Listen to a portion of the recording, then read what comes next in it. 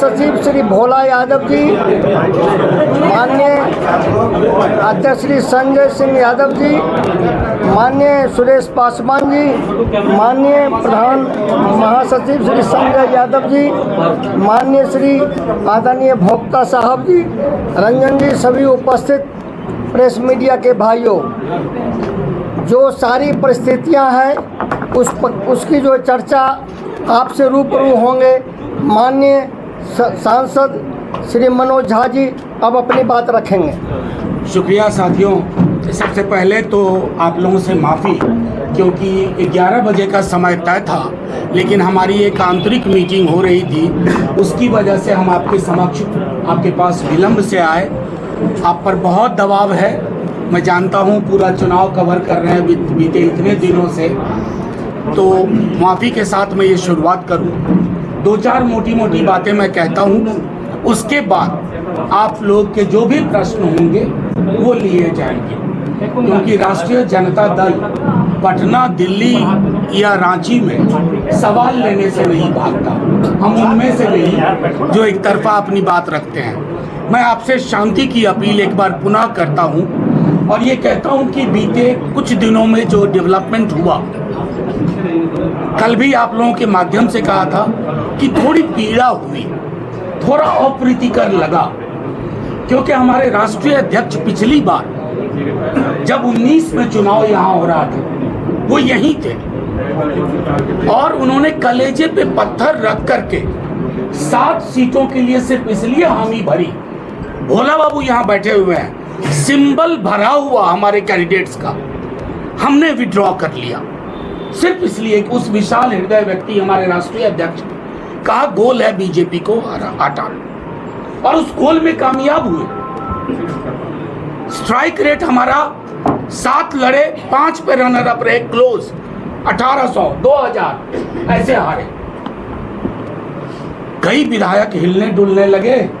हमारा तो एक ही विधायक था, मंत्री थे सत्यानंद जी, कभी इनके बारे में सुना कि ये हिल डोल रहे हैं? कोई कलकत्ता में पकड़ा गया, कोई कहीं पकड़ा गया। तो ये प्रतिबद्धता थी कि हमने महागठबंधन को मजबूत करने का काम किया। आप सब जानते हैं, इंडिविजुअली आप लोग मैसेज भी करते हैं कि राजद का कम से कम 22 जगहों पर कम से कम एक ऐसा जनाधार है जहां हम जीत तय करते हैं, चाहे वो जेएमएम के हमारे साथ ही लड़े या कांग्रेस के साथ ही लड़े।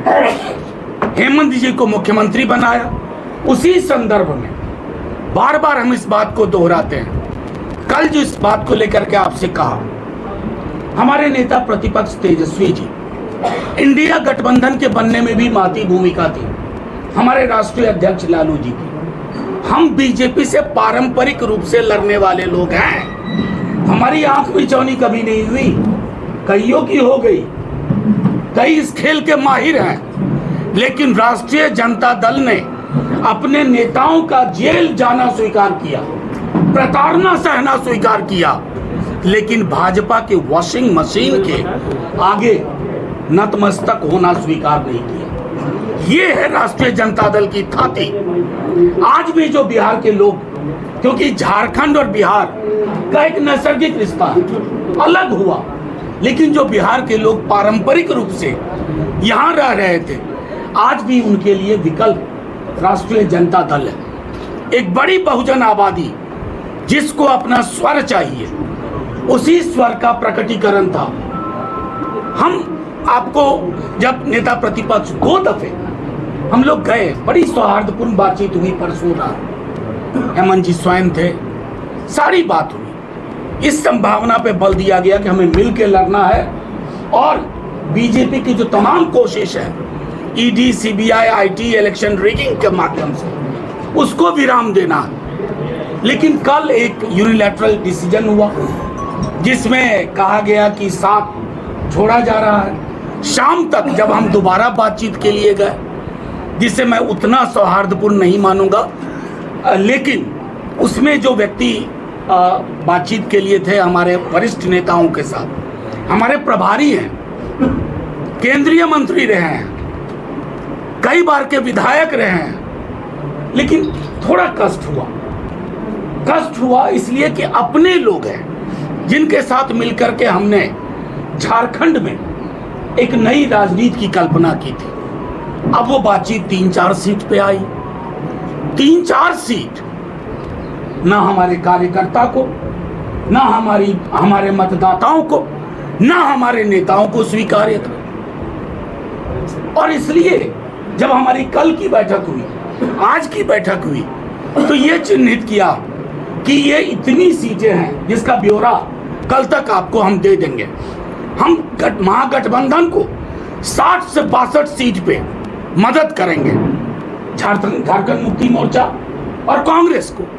लेकिन हमारी जहां मजबूत दावेदारी है, जैसे मैं एक छोटा उदाहरण दूं आपको, 14 में हम एक भी सीट नहीं जीते, ये सच है। लेकिन उससे बड़ा सच है कि एवरेज वोट जहां हम नंबर 2 पे रहे 23% से ज्यादा था। कितने दलों के पास, कितने लोगों के पास? इस मतदाता को, इस वोटर के रुझान को हम खारिज कर दें, ये उचित नहीं।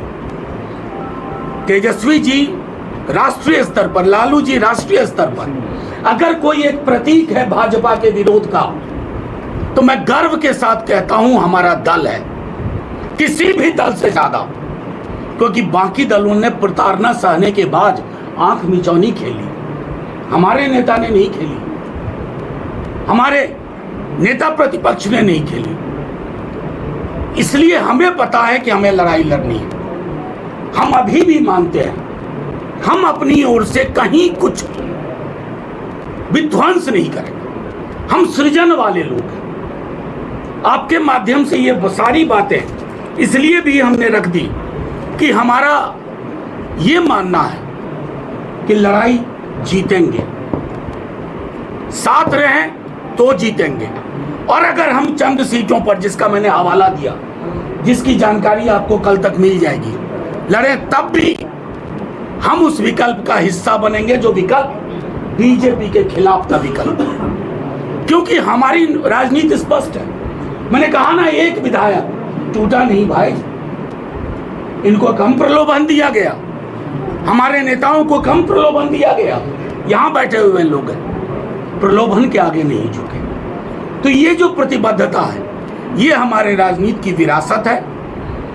अभी हम बार बार ये बात कहते हैं कि हम नाव को डूबने नहीं देंगे, आखिरी तक कोशिश। नेता प्रतिपक्ष यहां बैठे हुए हैं, एक एक चीज मॉनिटर कर रहे हैं, एक एक संभावना तलाश रहे हैं। हम कहीं से छत विचत, मुख्यमंत्री तो हेमंत जी को ही बनना है, और चूंकि उनको मुख्यमंत्री बनना है, एक व्यापक जनाधार की पार्टी को आपको उसके लिए जो संवेदनशील नजरिया चाहिए, चाहे जेएमएम के हमारे साथी हो या कांग्रेस के हमारे साथी हो, उस संवेदनशील नजरिए से चीजों को देखिए।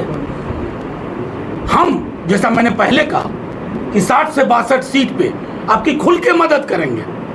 हम ये नहीं कि पूरा चादर फैला रहे हैं 81 पे, लेकिन जहां जहां हमारे कैंडिडेट रनर अप रहे 14, 19, और जहां हाल के दिनों में एक अट्रैक्शन हुआ, एक आकर्षण बढ़ा है, वहां हम आएंगे। और मैं समझता हूं कि आज की रात तक तमाम हम लोगों के बीच के भी फैसले होंगे। क्योंकि नॉमिनेशन का प्रोसेस है, तो अब एक दिन से ज़्यादा तो इंतजार नहीं होगा।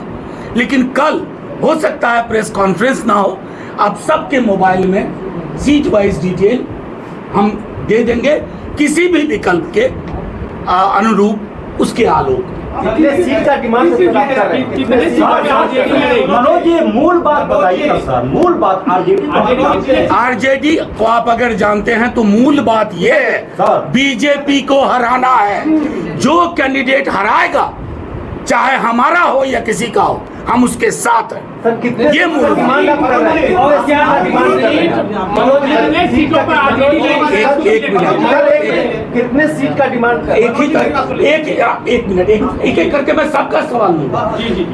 दोनों सवाल आप लोगों के एक जैसे हैं। आप हमसे अंक पूछ रहे हैं, अभी तक मैं अंक बोल चुका, कई दफा बोल चुका। 7 पे हम पिछली बार लड़े थे। एक रेस्पेक्टेबल सीट होना चाहिए। हम 18 से 20 पे मजबूत है, लेकिन अगर ये 12-13 भी होता है तो हमें स्वीकार्य है, लेकिन ये अनरीजनेबल नहीं होना चाहिए। आप मेरी बात मुझे खत्म करने दीजिए।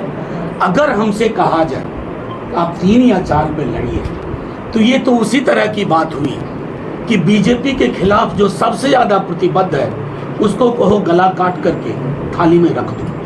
हम लोग सवाल ये है कि नहीं है? सवाल ये है आप एक हमारे यहाँ कहावत है, अगर बिहार के उत्तर बिहार में एक बेर मंदिर जाकर सबका दुआ कबूल नहीं हुई, यानी कि सारी मनोकामनाएं एक।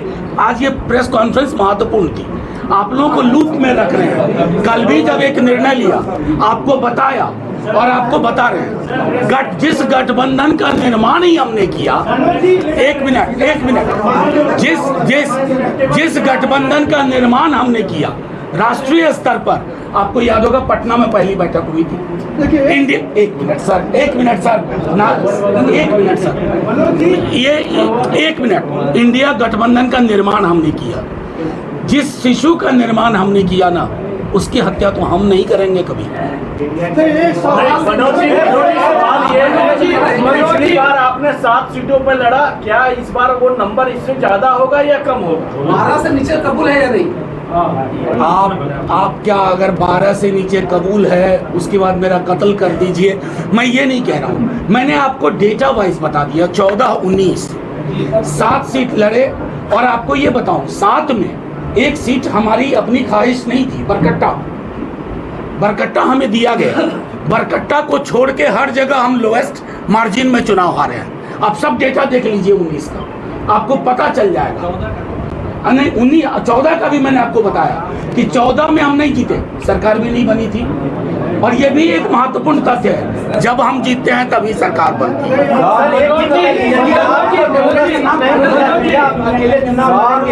या साथ रहेंगे? ये कुछ चीजें जो आपको मैंने सिलसिलेवार ढंग से बता दी, आप एक बात जान लीजिए, आपको सिलसिलेवार बताया।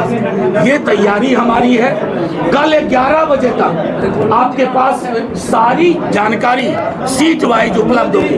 Thank you.